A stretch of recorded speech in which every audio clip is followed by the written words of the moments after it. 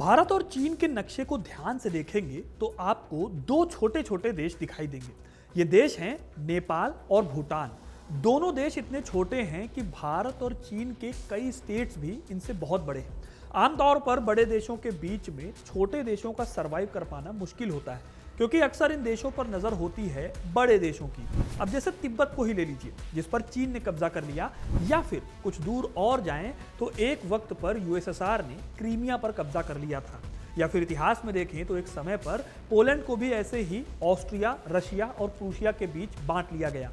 लेकिन ये देश आज भी अलग होने से बचे रहे। यही नहीं, भारत में 500 साल पहले मुगलों ने और फिर ब्रिटिशर्स ने इतना बड़ा साम्राज्य चलाया, जिनकी नज़र हमेशा छोटी छोटी रियासतों को हड़पने पर लगी रही। तब भी ये देश यानी भूटान और नेपाल, सवाल आता है कि बचे कैसे रहे। अगर आप देखें तो ये भारत या चीन का हिस्सा नहीं है। सदियों से इन दोनों देशों ने किसी भी देश में मिलने की इच्छा नहीं की। तो ऐसे में सवाल उठता है कि भारत और चीन ने कभी भी इन दोनों देशों को अपने में मिलाने की कोशिश क्यों नहीं की?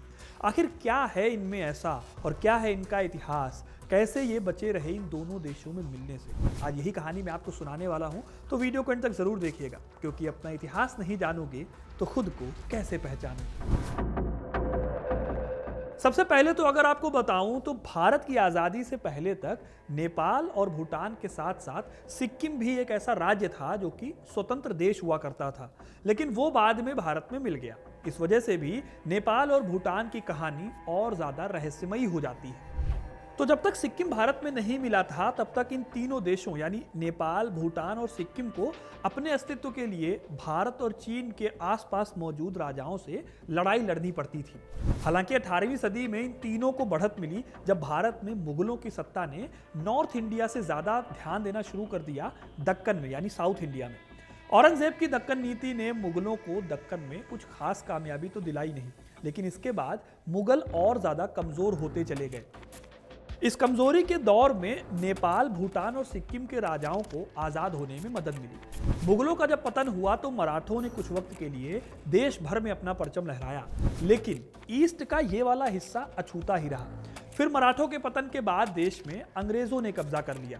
अंग्रेजों के पास पूरे भारत पर कंट्रोल करने की ताकत थी नहीं, इसलिए उन्होंने कुछ प्रिंसली स्टेट्स बनाए। इसका मतलब ये था कि इन राज्यों में लोकल राजाओं का रूल तो रहेगा, लेकिन वो ब्रिटेन के प्रति वफादार रहेंगे। इस तरह से ये प्रिंसली स्टेट्स अंग्रेजों के खिलाफ बगावत ना करने तक आज़ाद रह सकते थे। इसी दौर में जब भारत में अंग्रेजों का प्रभाव बढ़ रहा था, तब नेपाल का भी प्रभाव बढ़ता जा रहा था। यहाँ के शाह राजवंश ने भारतीय उपमहाद्वीप के साथ साथ चाइना और तिब्बत के हिस्सों पर भी राज्य का विस्तार करना शुरू कर दिया। जाहिर है कि इससे भारत में बैठी ब्रिटिश हुकूमत और नेपाल के बीच में टकराव पैदा हुआ। अंग्रेज चाहते थे कि वो हिमालय के रास्ते से होकर चाइना से ट्रेड करके सर्वे कर सके। इसका नतीजा निकला एक युद्ध के रूप में। 1814 में इस युद्ध में नेपाल की हार हुई और फिर दोनों देशों के बीच में एक समझौता हुआ। कहा गया कि ब्रिटेन को व्यापार में रियायत मिलेगी, बदले में नेपाल ब्रिटेन पर हमला नहीं करेगा। इसी तरह से सिक्किम को ब्रिटेन ने ट्रेड के बदले में अपना प्रोटेक्टरेट स्टेट बना लिया, यानी कि वो देश जिसके संरक्षण की जिम्मेदारी ब्रिटेन की थी। इस तरह से बिना डायरेक्ट कब्जा किए ही नेपाल और सिक्किम ब्रिटेन के लिए सेफ हो गए। अब ऐसे ही बात करते हैं भूटान की। तो सबसे पहले तो इस जगह पर अधिकार करने में ब्रिटेन को एक बहुत बड़ी कंफ्यूजन हुई।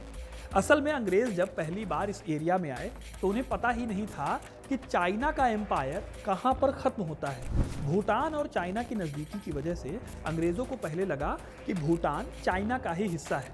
इसकी वजह यह भी थी कि भूटान बेहद छोटा सा देश था और अंग्रेज़ों ने इसे एक आज़ाद राज्य समझने की बजाय चाइना का ही एक हिस्सा मान लिया। जब अंग्रेजों की कंफ्यूजन दूर हुई तो उन्होंने तुरंत भूटान पर हमला किया। इस हमले के बाद भी ब्रिटेन भूटान के बड़े हिस्से पर कब्जा नहीं कर पाया। आखिर में डील करने के बाद ब्रिटेन को दार्जिलिंग वाला कुछ हिस्सा मिल गया, जो आज भी भारत का हिस्सा है, लेकिन भूटान मोटे तौर पर स्वतंत्र रहा। अब अगर आए आज़ादी के टाइम पर, यानी 1947 में, तो नेपाल और भूटान दोनों पहले से ही आज़ाद थे। इसलिए इन दोनों में से किसी को भी भारत या पाकिस्तान में शामिल होने के लिए नहीं कहा गया। जबकि सिक्किम ब्रिटेन के अधीन एक रियासत थी, यानी एक प्रोटेक्टरेट था।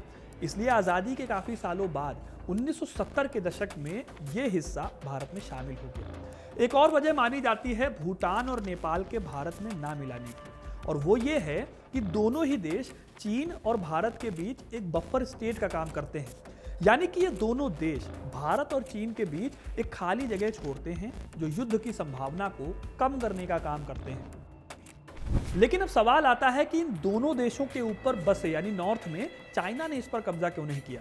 तो देखा जाए दोस्तों तो चाइना ने इन राज्यों को तिब्बत का विस्तार माना था। 18वीं सदी में तिब्बत एक कठपुतली राज्य था चाइना का। ठीक ऐसे ही नेपाल ने 1788 में चाइना पर हमला किया। हालांकि इस हमले में चाइना को जीत मिली और चीन ने नेपाल को सालाना ट्रिब्यूट देने की शर्त पर छोड़ दिया।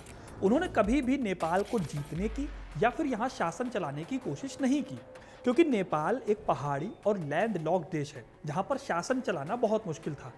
दूसरी वजह यह भी थी कि नेपाल के दूसरी ओर ब्रिटेन का कब्जा था। अगर चाइना नेपाल पर कब्जा करेगा तो वहां कंट्रोल बनाए रखना मुश्किल होगा, क्योंकि ब्रिटेन और नेपाल दोनों के बीच में झगड़े होते रहेंगे। इसलिए चाइना के किंग राजवंश ने नेपाल पर हमला नहीं किया।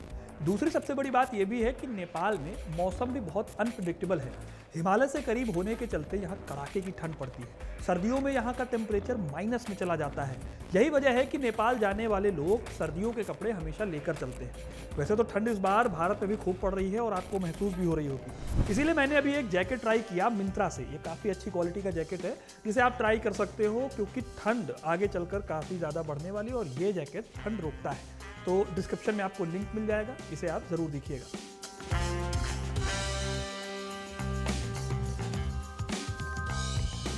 इन्हीं वजहों से चाइना ने भूटान को भी अटैक नहीं किया। भूटान का जो भूगोल है, ज्योग्राफी, वो भी काफ़ी मुश्किल है, जहाँ पर शासन चला पाना बहुत मुश्किल है। उसके तिब्बत के साथ घनिष्ठ संबंध भी थे और भूटान को जीतने से ज़्यादा फायदा नहीं होता। और इसके अलावा जब अंग्रेज आए और भूटान को अपने प्रभाव क्षेत्र में ले आए तो उन्हें डर था कि कब्जा करने का मतलब युद्ध होगा। चीनियों को इस बात की भी बड़ी चिंता थी कि ब्रिटेन तिब्बत को भी अपने प्रभाव में ले लेगा। इसलिए जब नेपाल और भूटान को ब्रिटेन ने मान्यता दी तो मौका देखकर चाइना ने तिब्बत पर अधिकार कर लिया। फिर जब चाइना में कम्युनिस्ट पार्टी की सरकार आई तो माओ ने यह कहना शुरू कर दिया कि भूटान और नेपाल दोनों ही तिब्बत का विस्तार हैं, इसलिए उन्हें चीन में होना चाहिए।